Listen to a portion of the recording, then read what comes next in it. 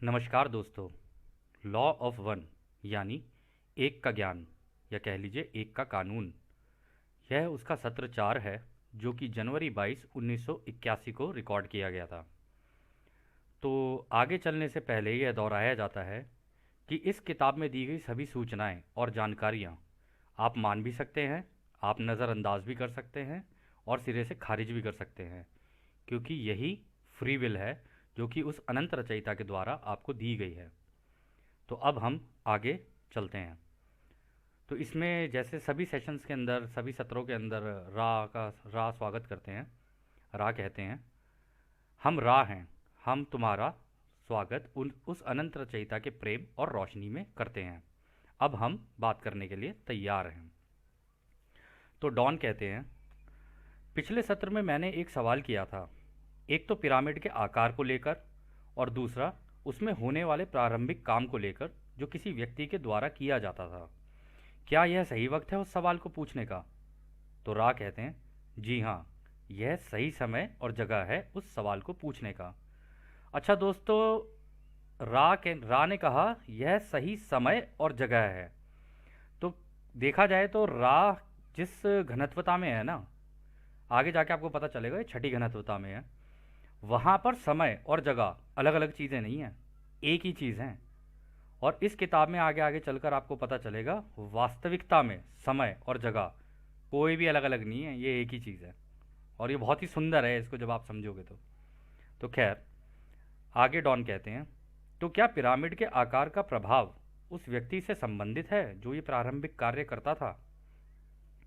तो रा कहते हैं, हमने तुम्हें पिछले सत्र में भी बताया था और जो कि तुम्हें याद भी होगा, इसके आकार का संबंध एक तो उस व्यक्ति के शरीर को तैयार करना होता था, परंतु आत्मा को तैयार करने का तरीका बहुत ध्यानपूर्वक किया जाता था, क्योंकि उसमें समय और जगह का काफ़ी महत्व था। ऐसे सोच के चलना और अपने दिमाग में एक चित्र बनाना कि यदि तुम एक त्रिकोण यानी ट्राइंगल की तीनों साइड के बीच के बिंदुओं को आपस में रेखाओं से जोड़ दो, तो तुम्हें चार बराबर के त्रिकोण उस ही त्रिकोण के अंदर दिखेंगे। और यदि तुम सबसे ऊपर से देखना शुरू करोगे तो तुम्हें एक हीरे जैसा आकार दिखेगा।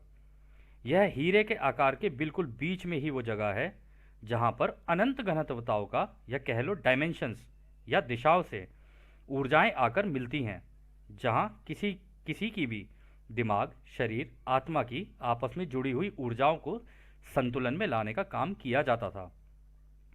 यह इस तरह से बनाया गया था कि जो व्यक्ति ये इलाज का काम करे वो अपने दिमाग का इस्तेमाल करके ध्यान अवस्था में जाकर उस रचयिता की अनंत बुद्धिमानिता को देख सके।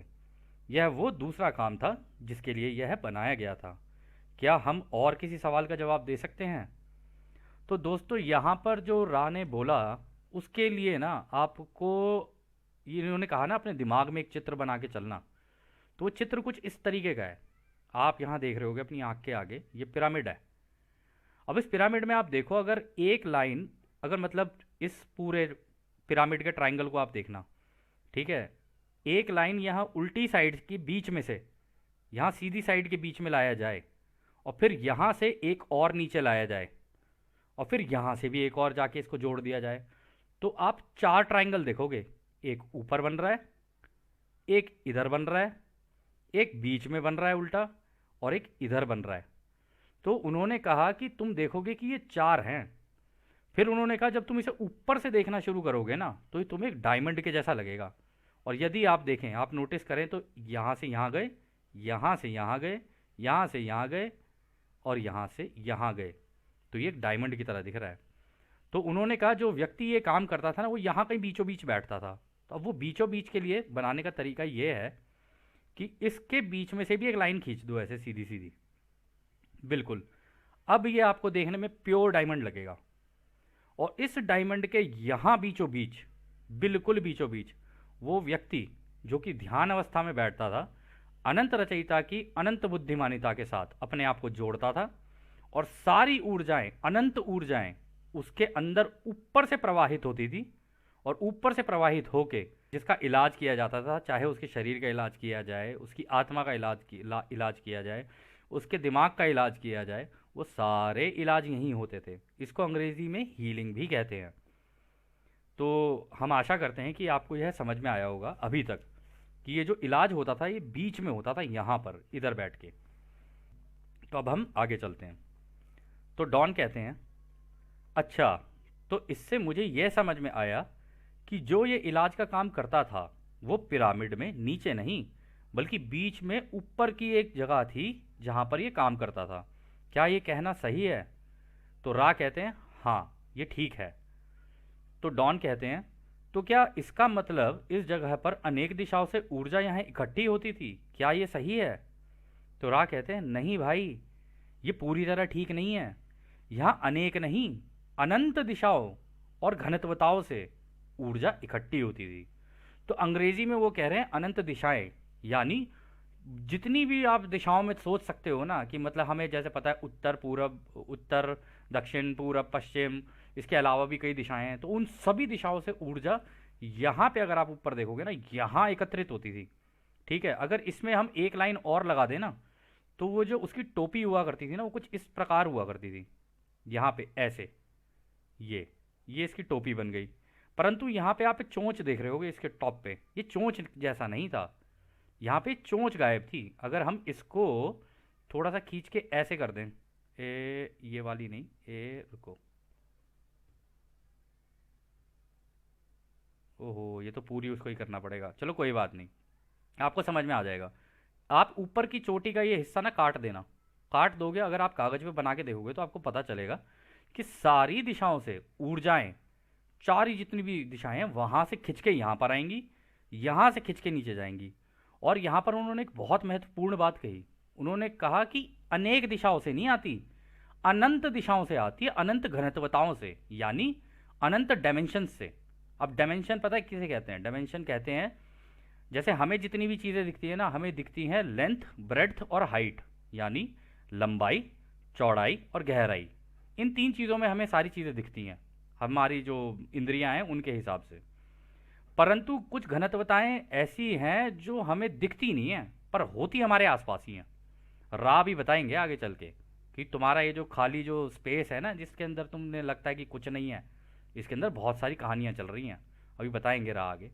तो उन सभी दिशाओं से, उन सभी घनत्वताओं से यहाँ पर आती हैं सारी की सारी ऊर्जाएं, और जो व्यक्ति काम करता था वो बीच में बैठता था। तो आगे डॉन कहते हैं, क्या पिरामिड का छोटा या बड़ा होने का कारण भी इसके काम करने में कोई प्रभाव पड़ता था?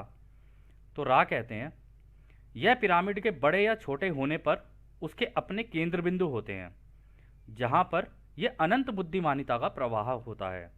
इसलिए एक छोटे से पिरामिड का शरीर के ऊपर और शरीर के नीचे होने से यह फर्क पड़ता है कि यह अनंत बुद्धिमानिता कहाँ से प्रवेश करेगी। तो कहने का मतलब है दोस्तों, जो व्यक्ति यहाँ बीच में होगा वो होगा तो ध्यान अवस्था में, परंतु जैसे हम ध्यान अवस्था में बैठते हैं ना आलती पालती मारकर, वैसे नहीं, वो लेटा होगा यहाँ पे इधर बीच में कहीं। तो एक डायमंड उसके नीचे लगेगा, एक डायमंड उसके ऊपर लगेगा, यानी या तो, और ये काम जो होता था ना, ये होता था दिमाग के ऊपर, मतलब सर के ऊपर। तो उसका जो जो सर होगा ना, सर के ऊपर एक लगेगा, मतलब माथे की तरफ, और एक उसके सर के पीछे की तरफ वहां लगेगा, और वो यहाँ लेटेगा और सारी ऊर्जा उसके दिमाग से होते हुए उसके शरीर के अंदर जाती थी और उससे दूसरे व्यक्ति का इलाज होता था। तो आगे रा कहते हैं, जो व्यक्ति इस इलाज को प्रारंभ करेगा इसके लिए उसका एक बड़े से मीनार, टावर के जैसा होना जरूरी था, ताकि यह अनंत बुद्धिमानिता की ऊर्जा अनंत दिशाओं से उसमें पूरी तरह घुस सके और उसको पूरी तरह भरकर उसी केंद्र बिंदु पर या उसी जगह पर शांति से रख सके। इस इलाज के काम के लिए जो इलाज कर रहा है और जिसका इलाज हो रहा है, दोनों का शांत अवस्था में होना बहुत ज़रूरी था। तो यहाँ पर जिसका इलाज हो रहा होगा ना, वो भी यहीं रहेगा, और जो इलाज कर रहा है वो भी यहीं रहेगा, पर दोनों का शांत रहना ज़रूरी है, और जो इलाज कर रहा है उसका ध्यान अवस्था में रहना ज़रूरी है। तो अगला सवाल डॉन करते हैं, क्या ये बड़ा पिरामिड अभी भी इस्तेमाल किया जा सकता है या ये अब किसी काम का नहीं है? तो रा कहते हैं, हमारे भाई, बाकी पिरामिडों की तरह भी ये इमारत भी एक ऐसे हारमोनियम की तरह हो चुकी है जो अब बहुत ही बुरी धुन निकालेगा। अब तो बस पहले की ऊर्जाओं का भूत ही रह गया इसके अंदर। इसके कारण है कि एक तो तुम्हारी धरती की इलेक्ट्रोमैग्नेटिक यानी विद्युत चुंबकीय ऊर्जा अपनी जगह बदल चुकी है। दोस्तों, यहाँ जो ये इलेक्ट्रोमैग्नेटिक फील्ड की बात हो रही है ना, ये इस सत्र के अंत में हम आपको समझाएंगे। तो वो कहते हैं, और दूसरा, जो इसका इस्तेमाल दूसरों से सहानुभूति ना रखकर किया गया, उसकी वजह से अंदर की सारी तरंगें इसके विरुद्ध हो चुकी हैं। यानी इस पिरामिड का इस्तेमाल कुछ इस तरीके से किया गया जो दूसरों की सेवा के लिए नहीं हुआ।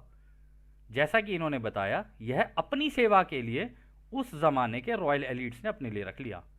उस वजह से इसके अंदर की जितनी भी तरंगे थी वो सारी अब विरुद्ध हो चुकी हैं। अब यह किसी काम का नहीं रह गया है। तो डॉन कहते हैं कि आज भी यह हो सकता है कि सही दिशा में ऐसे पिरामिड जो चीज़ें धरती पर उपलब्ध हैं उसका इस्तेमाल करके बनाए जा सके। तो रा कहते हैं, हाँ, ये तो हो सकता है, और जो सामग्री या चीज़ें हैं वो इतना गंभीर विषय नहीं है। ये उस पर निर्भर करता है जो इस इलाज के काम को करेगा, उसके अपने अंदर के अनुशासन कैसे हैं। बस सही समय, सही जगह और अंदर के अनुशासन की ज़रूरत होती है। तो डॉन कहते हैं, तो मेरा अगला सवाल यह होगा कि क्या इस धरती पर इस समय ऐसे लोग हैं जिनके अंदर ऐसा अनुशासन हो जो कि ये पिरामिड बना सकें, और आपके बताए हुए दिशा निर्देशों में से इसमें ये इलाज का काम कर सकें, या ऐसा कोई भी नहीं है अभी इस धरती पर जो ऐसा कर सके। तो रा कहते हैं, हाँ, ऐसे कुछ लोग हैं जो ये कर सकें, परंतु हम तुम्हें दोबारा बताना चाहते हैं कि जो पिरामिड अभी मौजूद हैं वो तुम्हारे भूतकाल में बनाए गए थे। ये एक किसी भी वक्त इस्तेमाल किए जाने वाली मशीन है। हालांकि जो अनंत किरणें उस वक्त ब्रह्मांड से आ रही थी उनकी पवित्रता को समझना ज़रूरी है। उनको ऐसे समझा जा सकता है कि ये किरणें, या कह लो ये किरणों का बहाव जैसे जैसे आगे बढ़ता है वैसे वैसे जागृति बढ़ती चली जाती है और विकसित होना शुरू कर देती है। अभी भी तुम्हारी धरती पर ऐसे लोग हैं जिनकी पवित्रता ऐसी ही है कि वो बिना इस तरह की मशीन के किसी का भी इस तरह से इलाज कर सकते हैं। तो अगला सवाल डॉन करते हैं, यदि हम किसी ऐसे व्यक्ति को ढूंढ लाएं जिसकी पवित्रता ऐसी हो, तो क्या आप हमें इस तरह के काम को करने की तकनीक बता सकते हैं? तो रा कहते हैं, हाँ, ये हो तो सकता है। हम इसमें शामिल करना चाहेंगे कि इस तरह का सीखना और सिखाना हर व्यक्ति के साथ अलग अलग होता है। तुम्हारे पहले के युगों या साइकिल के लोगों के दिमाग बड़े भोले और साधारण थे, और ना ही उनकी सोच में कोई विभाजन था, परंतु इतने जन्म होते होते तुम्हारी धरती पर उनके दिमाग और सोच विभाजित और संकरी हो गई है। हम ये कहेंगे कि कुछ लोग अभी तुम्हारे यहाँ ऐसे हैं जिनका झुकाव सेवा या सेवा भाव का है, परंतु वो ज़्यादा लोगों से घुलना मिलना पसंद नहीं करते, क्योंकि अब उनकी सोच की दिशा पूरी सेवा भाव की हो चुकी है। इसलिए उनके अंदर इस काम को करने की गुप्त कौशल मौजूद है, परंतु उन्हें पता नहीं है। तो अगला सवाल डॉन कहते हैं, मैं बहुत चाहता हूं कि इसकी छानबीन और गहराई से करूं कि इस तरीके से इलाज किया जा सकता है, परंतु समझ नहीं आ रहा है कि कहां से शुरुआत करूं। क्या आप मुझे बता सकते हैं कि मेरा पहला चरण इस दिशा में कैसे और कहां होना चाहिए? तो रा कहते हैं, हम यह नहीं बता सकते कि तुम्हारे सवाल क्या होने चाहिए। हम यह कह सकते हैं कि अभी तक की दी हुई जानकारियों को दोबारा समझो, और जिस भी दिशा में सवाल पूछना हो तो पूछ लेना। केवल एक ही स्वास्थ्य है हमारे भाई, जिसको तुम स्वस्थ बोलते हो, या कह लो स्वास्थ्य बोलते हो। अपनी विभाजित दुनिया का मतलब तुम इसे स्वास्थ्य बोलते हो अपनी विभाजित दुनिया का या वातावरण में, परंतु लोग अलग अलग होने के कारण अलग अलग तरीके से खराब हैं। इसलिए हर किसी को अपने को ठीक करने के लिए अपने अपने हिसाब से सीखना और सिखाना होगा। तो दोस्तों, यहाँ पर जो बात कही है ना रा ने, वो काफ़ी महत्वपूर्ण है कि देखिए, हम लोग माना सब एक है, माना क्या, जाना, अभी तो जानेंगे कि कैसे एक है। तो जब सब कुछ एक है, परंतु हम लोग अलग अलग भी क्यों है ना, उसका भी कुछ, उसके भी कुछ कारण हैं जो हमें अभी आगे जाके पता चलेंगे। और उन कारणों को जाने बिना यह समझना बहुत मुश्किल है कि हम सब एक हैं और अलग अलग भी कैसे हैं। ये सारी चीज़ें जानना बहुत ज़रूरी है और इस किताब के अंदर काफ़ी गहराई से बताई गई हैं। तो अगला सवाल डॉन करते हैं, मैं अनुमान लगा रहा हूँ कि मेरा पहला कदम उस इंसान को ढूंढने का होगा या होना चाहिए जिसके पास इस तरह की योग्यता इस जन्म में मौजूद हो। क्या मैं सही कह रहा हूँ? रा कहते हैं, हाँ ये तुम सही कह रहे हो। तो डॉन कहते हैं, जब मैं एक ऐसे व्यक्ति को ढूंढ लूँ तो क्या आप आगे की इस प्रकार की शिक्षा दे पाएंगे? रा कहते हैं, हाँ ये तो हो सकता है। तो डॉन कहते हैं, तो मैं एक अनुमान लगा रहा हूं कि ऐसे व्यक्ति का तालमेल इस एक के ज्ञान से मिलता जुलता हो, फिर चाहे उसको इसका बेशक पूरा ज्ञान ना हो, बस उसका रहन सहन इस प्रकार का होना चाहिए। क्या मैंने ठीक समझा? तो रा कहते हैं, यह ठीक भी है और नहीं भी। ठीक ये है कि यह काम जो ये सवाल पूछ रहा है, यहाँ पर डॉन की बात कर रहे हैं, वो भी सीख सकता है। और जो ठीक नहीं है उसे ऐसे देखना चाहिए कि जिसका इलाज इस तरह से हो रहा हो सकता है कि उसका कर्म तुम्हारे समय जगह के माया जाल में इस एक के ज्ञान से ना मिलता हो, परंतु वो वह तरीका सीख चुका हो कि ये अनंत बुद्धिमानी का इस्तेमाल कैसे किया जा सकता है, फिर वो चाहे किसी भी जगह का हो। तो दोस्तों यहाँ पर पता है बड़ी एक और महत्वपूर्ण बात कही है इन्होंने कि हो सकता है किसी व्यक्ति का कर्म उस तरीके का ना हो, परंतु उसके अंदर ये वाली जो ताकतें हैं, जो हीलिंग की, जो जिन्हें पावर्स कहा जाता है, ये बचपन से ही उनके अंदर हो, परंतु उन्होंने निकाली ना हो, उन्हें पता नहीं चल सकता। ये कभी कभी किसी के साथ हो जाता है कि हाँ उनकी अचानक से एकदम से निकल के आ जाती है।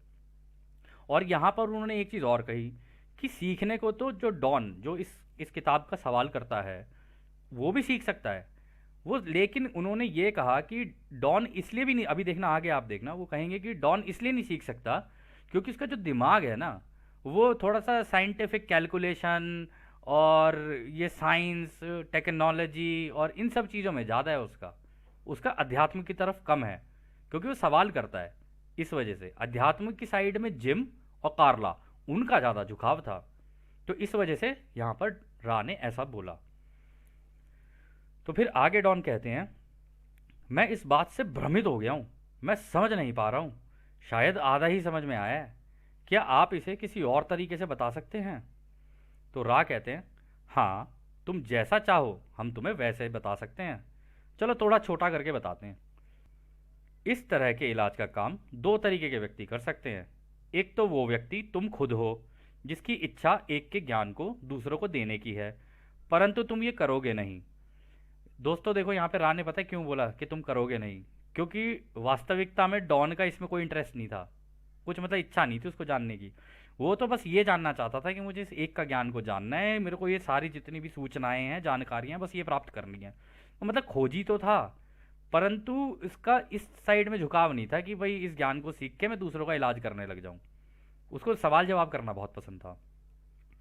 तो फिर आगे रा कहते हैं, और दूसरे व्यक्ति वो जिनके दिमाग में जानबूझकर ये एक का ज्ञान है तो नहीं या सीखना नहीं चाहते, परंतु किसी तरह से उन्होंने अपने अंदर के चैनल को जाने अनजाने खोल लिया है और जानते हैं कि वो ये काम कर सकते हैं। अच्छा दोस्तों यहाँ पर ये जो चैनल का काम बोल रहे हैं ना, आपने कभी कभी शायद कहीं कहीं सुना भी होगा, इस धरती पे कई जगहों पर ऐसा हुआ है कि कुछ लोग ना उनकी ये ना जाने अनजाने जागृत हो जाती है। अब आप इसे कुंडलिनी कह लो या कुछ भी कह लो, हालांकि कुंडलिनी का भी इसमें आगे बताया गया है।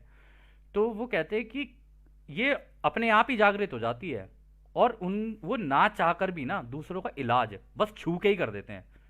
कितने उदाहरण हमारे सामने हैं, हमारे सामने साईं बाबा का उदाहरण है, हमारे सामने नानक जी का उदाहरण है, हमारे सामने भगवान राम का उदाहरण है कि टच किया और हो गया। तो उसी तरीके की चीज़ यहाँ पे बताने की बात कर रहे हैं कि कभी कभी किसी किसी केस में ऐसा हो सकता है कि ये जागृति हो जाए।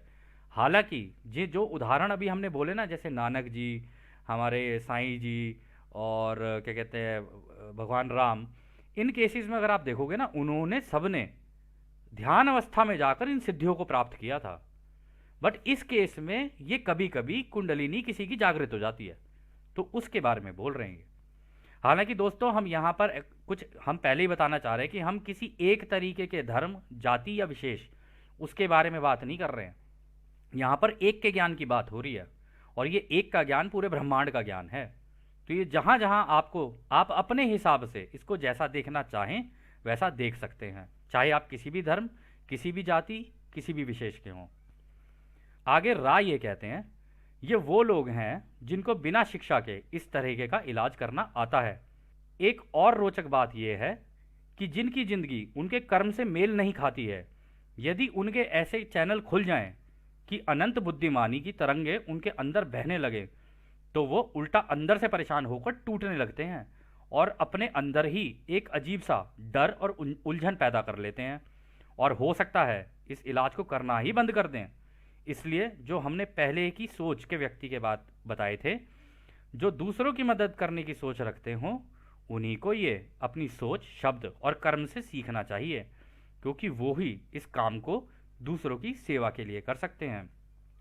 दोस्तों पता है आपको, आप थोड़ा सा रिसर्च करोगे ना तो आपको पता चलेगा, किसी किसी केस में ऐसा होता है कि यदि किसी के चैनल खुल जाएं, एक तरीके से चैनल ही होता है ये, कुंडलिनी खुल गई अगर किसी की, जाने अनजाने, उसने तैयार तो किया नहीं अपने शरीर को, कुछ भी नहीं किया शरीर के ऊपर काम, ना ध्यान अवस्था में जाके किया, परंतु किसी तरीके से उसकी ये हो गई।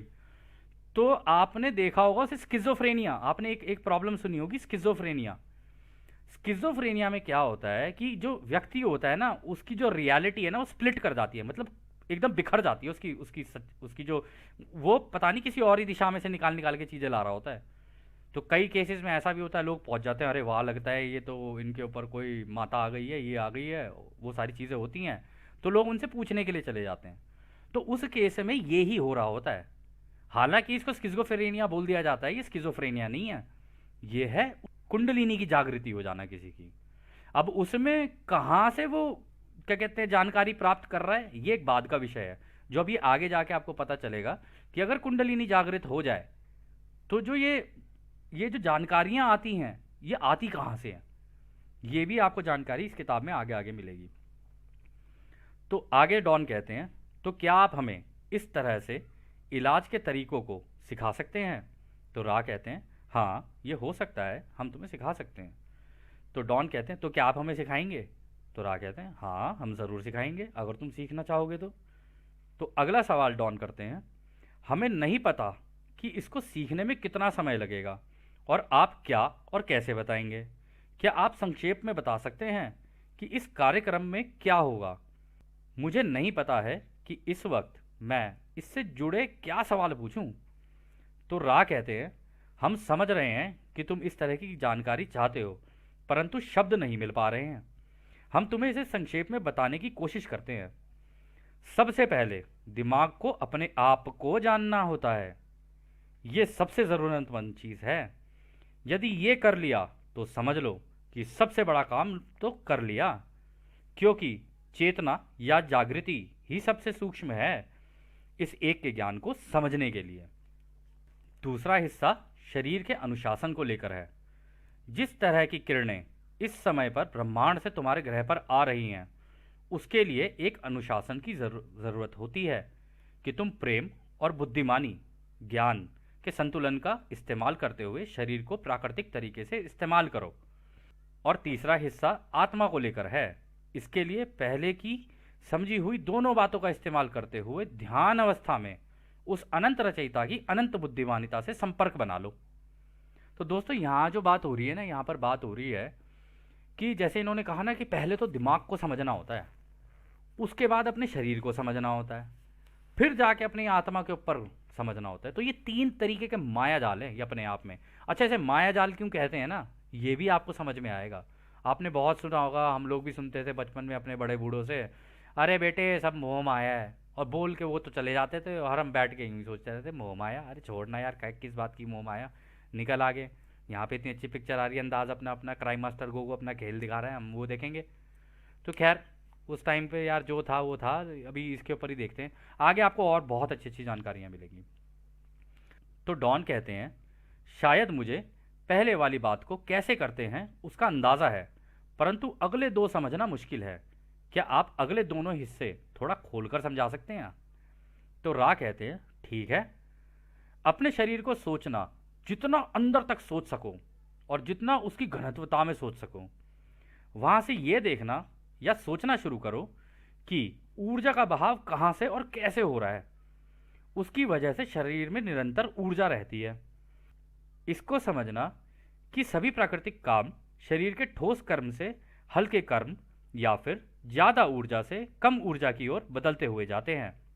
ये दूसरे काम का संक्षेप है। तीसरे के लिए ऐसे सोचना, एक चुंबक कैसे काम करती है। इसके दो ध्रुव होते हैं, एक दक्षिणी और एक उत्तरी, यानी एक नीचे से ऊपर जाता है और दूसरा ऊपर से नीचे आता है। आत्मा की तड़प या इच्छा ये होती है कि वो उसके अंदर से नीचे से आती हुई ऊर्जा को ऊपर से नीचे आती हुई ऊर्जा के साथ, उस जिसको अनंत बुद्धिमान ऊर्जा बोलते हैं, उसके बीच में मिलाना। जब ये सारी चीज़ें हो जाती हैं तो दिमाग, शरीर और आत्मा में पूरा संतुलन बन जाता है। ये था तीसरे हिस्से का संक्षेप। अच्छा दोस्तों, ये जो बात बताई ना यहाँ पे राह ने, सच बताएं तो पहली बार में हमें भी नहीं समझ में आया था। हमारा पूरा दिमाग घूम गया था कि क्या चल रही है, कौन सी ऊर्जा किस डायरेक्शन में जा रही है, क्योंकि हम नए नए थे उस समय, उस टाइम पर। आज से हम 8 साल पहले की बात बता रहे हैं आपको। तो हमें समझ नहीं आया था कि क्या है। तो हम लोगों ने थोड़ा सा जाके इसकी जानकारी लेने की कोशिश की कि भाई ये होता है तो होता कैसे है। तो पता चला कि जब भी कोई व्यक्ति ध्यान अवस्था में बैठता है या लेट के ध्यान अवस्था में, दोनों चॉइस, दोनों उसकी इच्छाएं वो कैसे करना चाहे, तो होता क्या है ना, ये जो ऊर्जाएं होती है ना, ये पैरों से घुसती हैं, घुसते घुसते घुसते घुसते ऊपर जाती हैं और सर की तरफ जाके एक फव्वारे की तरह फिर से बाहर निकलती हैं, फिर से चारों तरफ उसके आगे गोला सा बना लेती हैं। अंग्रेजी में से टोरस बोला जाता है। तो वो गोला सा बना लेती हैं, फिर नीचे से दोबारा घुसती हैं, फिर ऊपर ऊपर जाती हैं। इसी तरीके से कुछ ऊर्जाएं ऊपर से भी नीचे नीचे नीचे नीचे आती हैं और नीचे नीचे नीचे नीचे आते आते आते आते गोला बनाते हुए फिर दोबारा ऊपर से निकल जाती हैं। तो एक इस तरीके का एक वो बना देती हैं, एक ऊर्जा का गोला बना देती हैं एक व्यक्ति के आसपास, कि उस ऊर्जा के गोले में, जैसे कि आपने सुना होगा ना कि पहले के ज़माने में जैसे जो लोग क्या कहते हैं साधना किया करते थे, ये सब किया करते थे, तो उनके ना चारों ओर एक गोला बन जाता था। और वो जो गोला बन जाता था ना, वो ऊर्जा का गोला होता था। आप वैसे अगर देखोगे तो आपको दिखेगा नहीं वो, लेकिन यदि आप उसके आसपास भी गए ना तो आपको करंट लग जाएगा एकदम से बड़ी तेज। आपको याद होगा रामायण में रावण आया था सीता हरने, परंतु लक्ष्मण ने क्या किया था, लक्ष्मण ने किया था एक गोला घेरा बना दिया और उसने कहा था भाभी कुछ भी हो जाए इस घेरे से बाहर मत निकलना, तब तक मैं भैया को देखने जा रहा हूं। रावण ने क्या किया, रावण जैसे ही आया उसको लगा वहां से करंट, तो रावण को पता चल गया ओहो यहां पर तो ये वाला घेरा बना रखा है। इसलिए रावण ने छल से, माया का इस्तेमाल करके सीता को बाहर बुलाया कि तू इससे बाहर आ, तभी हर पाऊंगा मैं तेरे को। और ये जो रामायण में जितनी चीज़ें बताई गई हैं ना, आप काफ़ी चीज़ें जब इस किताब के अंदर देखोगे ना आपको पता चलेगा कि अरे बाप रे, ये तो सारा एक का ही ज्ञान है, रावण भी है और राम भी है, बस इस केस में रा है। ठीक है, खैर जो भी है आगे चलते हैं। तो डॉन कहते हैं इसका मतलब इस काम को करने के लिए क्या कुछ अलग तरीके से अभ्यास की जरूरत है। तो रा कहते हैं अभी हम तुम्हारे बीच में नहीं जन्मे हैं, इसलिए केवल बता सकते हैं परंतु करके दिखा नहीं सकते, यही हमारी बाधा है। हालांकि इसके कुछ अलग तरीके के अभ्यास हैं जो हम तुम्हें सीख और सिखा सकते हैं। हम तुम्हें दोबारा बताना चाहेंगे कि ये इलाज की प्रक्रिया तो केवल एक हिस्सा है एक के ज्ञान का। एक के ज्ञान का होने के लिए यह जरूरी नहीं कि ये इलाज करो या कुछ प्रदर्शन करके दिखाओ। इस ज्ञान को जानकर बस इतना इसका अभ्यास करना होता है। क्या इस सत्र को खत्म करने से पहले कोई और एक दो सवाल हैं तुम्हारे? तो डॉन कहते हैं मेरा मुख्य रूप से उद्देश्य इस एक के ज्ञान को जानने का है और ये काफ़ी मददगार होगा कि अगर हम ये इलाज करने के तरीके को भी सीख पाएं। हमें आभास है कि आपकी इस दिक्कत का कि आप हमारी आज़ादी का उल्लंघन ना करें। क्या आप एक के ज्ञान की और ये इलाज के ज्ञान की परिभाषा बता सकते हैं? तो रा कहते हैं एक का ज्ञान या एक का तरीका या एक का कानून, हालांकि इसको किसी भी तरह के शब्दों में नहीं बांधा जा सकता है, परंतु इसको एक ही तरीके से बताया जा सकता है कि सब चीज़ें एक हैं, कोई भी विभाजन नहीं है, कुछ भी सही और गलत नहीं है, कोई भी दुख और दर्द नहीं है, बस पहचान है।